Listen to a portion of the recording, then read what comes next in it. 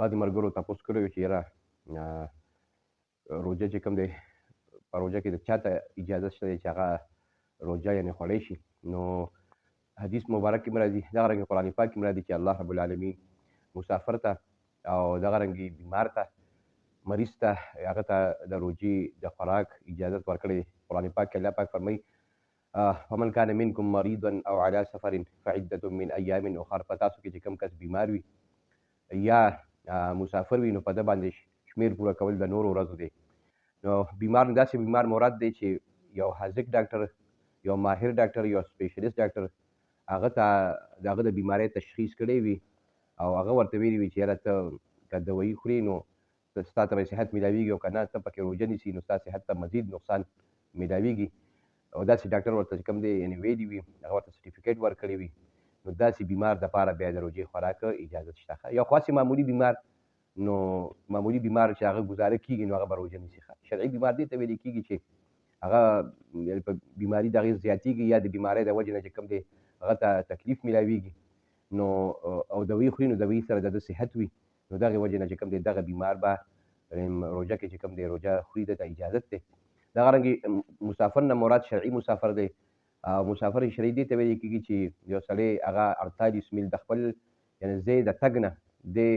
تر خپل منزل مقصود پورې دومره فاصله طی کوي چې هغه 48 میل وي.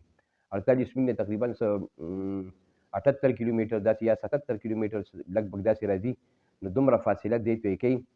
نو دې ته شرعي مسافر ویل کېږي. او که د دې نه کمه وه نو دی بیا شرعي مسافر نه دی، دی به پکې بیا روژه نیسي. نو یو چې کوم دی بیمار شو، مریض شو، دلته د روژې د خوراک اجازه شته. او دغه رنګې چې کوم دی مسافر او بیا چې کله د دې د اعذار ختم شي، بیمار روغ شي نو دی به بیا د هغه روژو څومره روژې چې کوم دی نه خوړلي وي د هغې قضا به په نورو روژو کې پوره کوي. او دغه رنګې مسافر دی چې کله هغه مقیم شو نو هغه بیا هغه روژې چې کوم دی یعنې نیسي. دې نه علاوه په حدیثو کې دا هم راځي حبله هغه زنانه ته ویل کېږي چې هغې په ګېډه باندې اولاد وي، حمل وي او د ماشوم د پیدا کېدو زمانه نږدې وي نو په دغه وخت کې ماشوم ته دغه زنانه ته چې کوم دی د خوراک ضرورت وي نو هغه زچه او بچه چې ورته وي نو دواړو ته د خوراک چې کوم دی یعنې ضرورت وي نو دغه وخت هغه دوایي استعمالوي خوراک ته دې ته د خوراک ضرورت وي ماشوم دپاره هم نو دغې وجې نه چې کوم دی او که هغه خوراک نه کوي نو دې ته هم چې کوم دی یعنې خطره ده او ماشوم ته هم خطره ده نو داسې زنانه ته چې کوم دی د خوراک اجازت شریعت چې کوم دی ورکړی دی. حدیث مبارکه مفهوم داسې دی چې الله رب العالمین چې کوم دی مسافر ته او بیمار ته او حبله چې کومه یعنې حبله ښځه یعنې حامله ښځې هغې ته د روژې د خوراک اجازت ورکړی نبي اسلام فرمایي. او دغه رنګې دغه چې کوم دی مرضعه هغه زنانه ته ویل کېږي چې هغه ماشوم ته پی ورکوي. ماشوم چې کوم دی وړوکی دی او د ماشوم دپاره بل څه متبادل خوراک نشته دی، یعنې ماشوم په داسې سټیج کې دی، په داسې وخت کې دی